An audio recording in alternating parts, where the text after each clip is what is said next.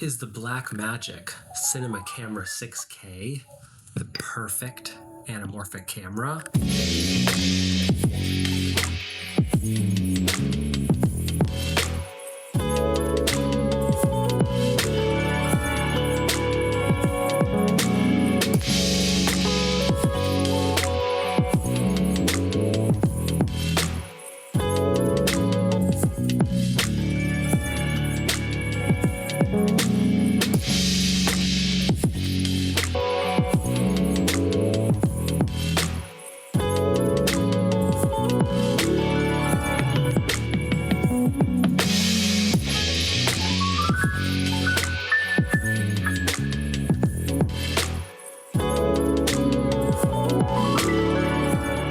I'll be touching on a few points here and there, namely form factor and recording modes and options, but things that are more related to shooting anamorphic.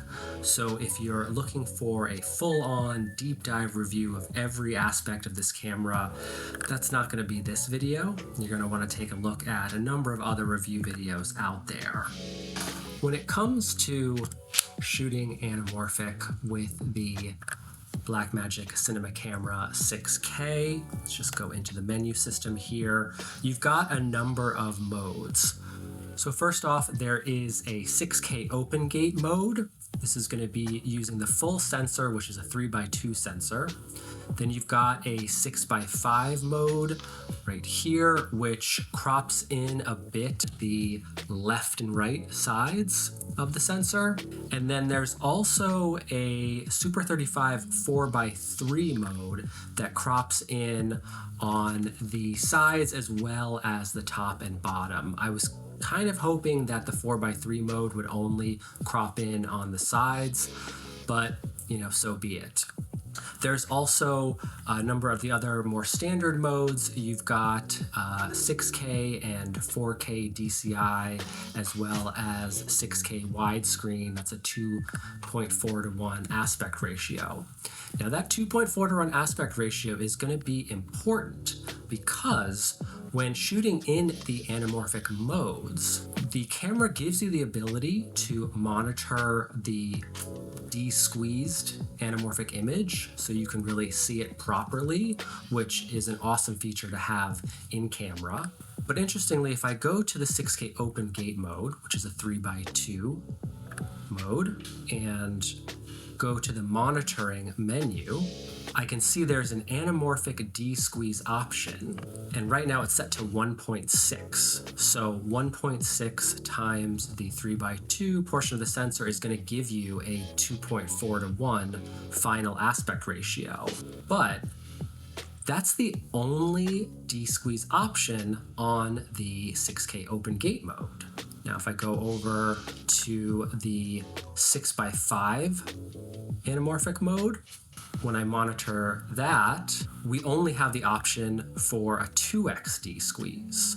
So a 2x de-squeeze multiplied by 6x5 is also going to give us 2.4:1. So while it might seem a little bit frustrating that the camera kind of wants you to only output ultimately in 2.4:1 aspect ratio, I find that that is the best widescreen aspect ratio for a nice cinematic look. If you want to check out some of my other videos on anamorphic lenses, I explain a little bit more about the different aspect ratios. But in any case, you're not going to be able to monitor in different de-squeeze ratios. It's only going to give you a de-squeeze that will ultimately provide a 2.4:1 final image. Now, in terms of frame rate options on this camera, it is a bit limited. I was hoping that Blackmagic would provide 120 frames per second in 4K, but you are limited to 60 frames per second in 4K. You also can shoot though in 60 frames per second in the 6K wide mode, But when it comes to the anamorphic modes, you are limited to 30 frames per second max. However, you can use off frame rate modes up to 36 frames per second in the anamorphic modes. 36 frames per second is a little bit of an odd frame rate, but I guess it's better than nothing. You'll get a little bit of slow motion if you are ultimately recording at 24 frames per second. Now, in terms of the form factor of this camera, you can see that I've got the battery grip on here. It is pretty chunky, I'm not gonna lie. However, I was surprised that it doesn't actually add too much additional weight to the camera. And when it comes to battery life, that was always really the biggest issue that I had with Blackmagic cameras, was just because I found that the battery life was really too poor with, a single battery. However, with the battery grip, you can use up to 3 batteries, and they'll drain one after the other. And Blackmagic has improved battery life on this camera, so you're able to use up to an NPF 580 battery, and with that, you'll get around an hour to maybe like an hour and 20 minutes or so of battery life. But if you use 3 batteries, then you're going to get just a bit over 3 hours of battery life, which is great. That's pretty much a half a day's shoot there. While, you're gonna have to get like 6 batteries if you want to do a full day of shooting with this camera. They're relatively cheap these days, and you're only gonna have to do a swap out once in the middle of your day. So I really do have to hand it to Blackmagic that with the battery grip, they really solved probably the worst problem with their cameras, that being the battery life. And in terms of the, form factor, the weight of the camera, it doesn't add that much weight to it. I was kind of surprised that I didn't really have much trouble holding this camera for a couple hours, taking breaks here and there, but it really wasn't that bad. And you also have the ability now with the flip out screen and this nice EVF attachment. So since anamorphic lenses are only manual focus, if you are shooting handheld and you're not using a follow focus unit, you're going to want to have as many points of contact with your body as possible, is only going to make things more stable. The camera doesn't have in-body image stabilization, but I did find that kind of balancing it against my body with the screen rotated out as much as possible and using the EVF gave a quite stable setup. I was pretty surprised about that. And while it is unfortunate that the screen doesn't completely flip out like most mirrorless and even larger cinema cameras these days, even Blackmagic's own Ursa series of cameras, what can I say? It is pretty unfortunate. Blackmagic, I don't know why you guys won't just make a full articulating screen on your smaller cameras. Please just do it already. But the EVF attachment, it rotates all the way 90 degrees, provides a very clear image, has all the built-in monitoring tools in there.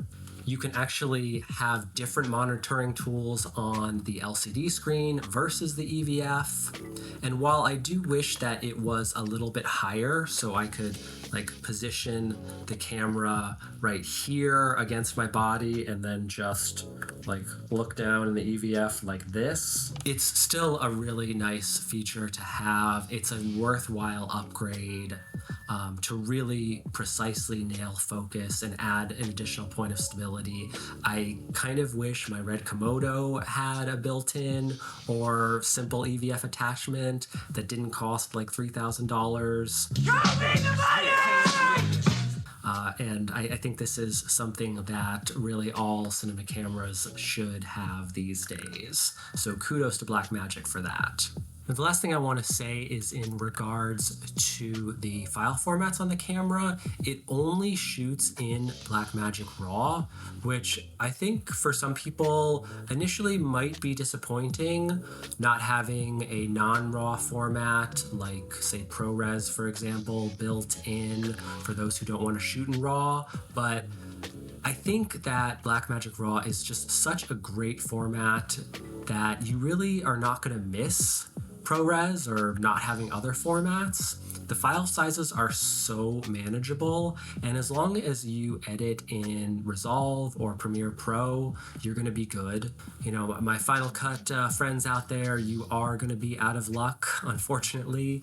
Now, when it comes to the options for shooting RAW, you've got all these great compression formats. In terms of the file sizes, they are really very manageable. I actually would say that in some cases they're lower than the ProRes flavors that are out there.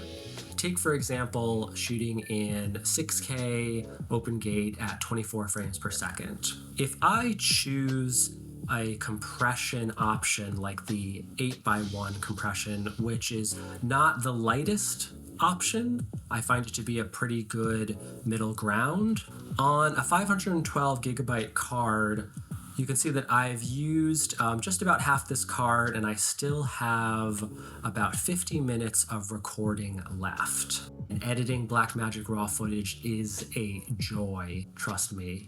You have so many great color grading options for it, and the file sizes are just so manageable. Okay, so is the Blackmagic Cinema Camera 6K the perfect anamorphic camera? Well, just about. The built-in options are just great in terms of the anamorphic modes. You have great monitoring options.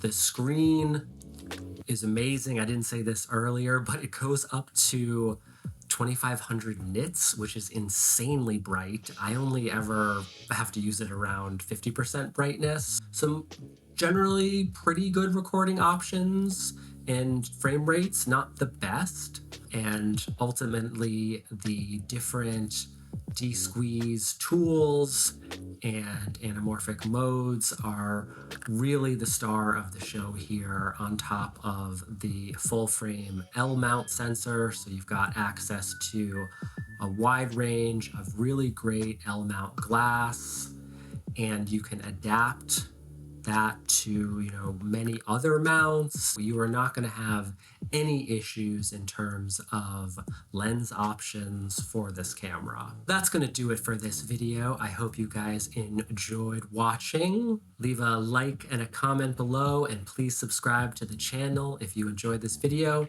and let me know what else you're interested in seeing in future videos. I'll catch you in the next one.